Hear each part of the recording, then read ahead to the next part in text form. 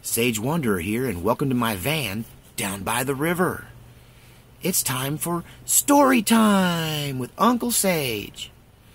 So if you can hear, I'm talking quiet, if you can hear, there's rain falling on the roof of the van.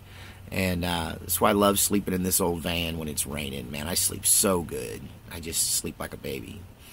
So this story time is about something kind of personal for me. It's about why I cry. So, yeah, I've just always been a crier. It held me back as a preacher. It was difficult for me to get through sermons sometimes because I would choke up. And I'm one of those guys that cried at church. And, you know, I had to get some training from older ministers on how to keep my composure just to get through services sometimes. It's a blessing and a curse being the way I am emotionally.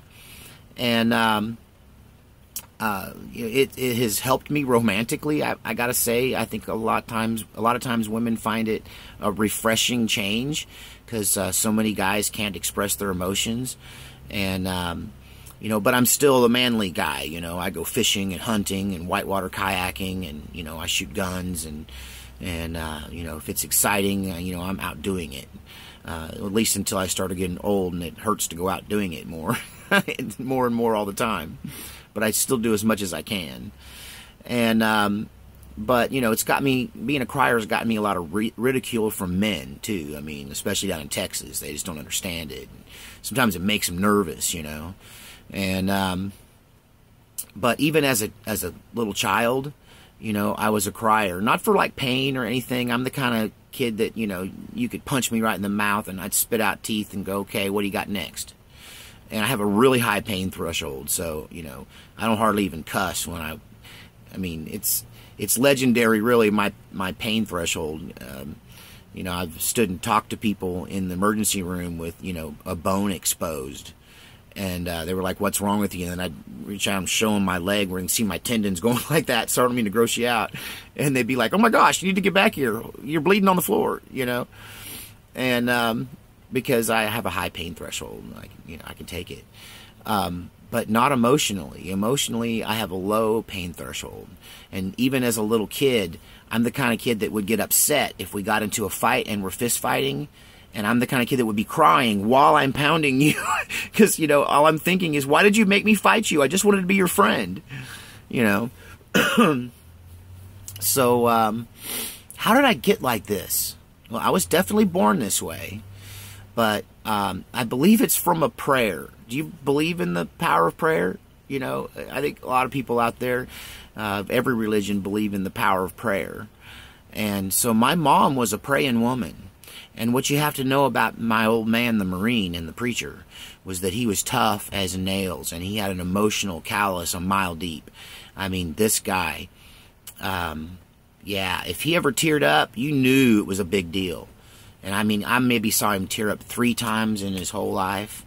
And it really had to do with tragedy around his kids' lives. And, you know, he was just, and my mom hated that about him, that he was cold.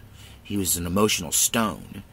And it was hard for him to be a preacher in the opposite direction, because it was hard for him to, you know, show that he cared about people. And he almost had to learn how to be an actor, because, you know, he had a lot of childhood abuse, and if you knew what he went through, you'd understand. But in this way, I'm the opposite of my dad, and it's because my mama prayed for that. So my mom likes to tell this story about how, even before I was born, that her and my father sat down, and they said, you know, they decided that they needed to have another child. So I'm a late life child. I have 2 really older sisters. And what had happened is they had a family band, and they were kind of famous, and they locally in the Northwest, and they traveled around to churches, but the girls were getting older, and they were starting to get boy crazy, and the old Marine saw the writing on the wall, and he sat down with my mom, and he said, we got to conceive another child to have a piano player trained up before, you know, the oldest daughter gets a husband and flies the coop. So it was a really determined, you know, I mean, it was on purpose that they had me late in life. And my mom prayed the whole time, that before my conception and the whole time she was pregnant, for 2 things. For her son, she knew she would have a son because they had 2 daughters, and she just knew I would be a son. And she said she wanted her son to have a soft heart, to not have a hard heart like his daddy, but to have a soft heart, and that he would be a great piano player, that he would be an amazing piano player. So 2 things. And if anybody that knows me personally down through the years would tell you 2 things about me: I got a ridiculously soft heart, and I'm an amazing piano player. And I'm not being prideful when I say that. It just is what it is, and I'm about to prove it to everyone and show you what I do.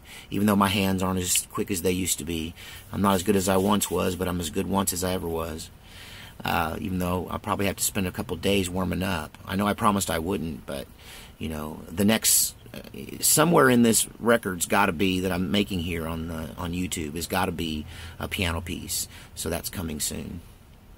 But I just wanted you to know that my mom, it's her fault that every time I cry, I think, you know, couldn't she couldn't she pray that I would have a moderately soft heart, just like I'm so tender-hearted.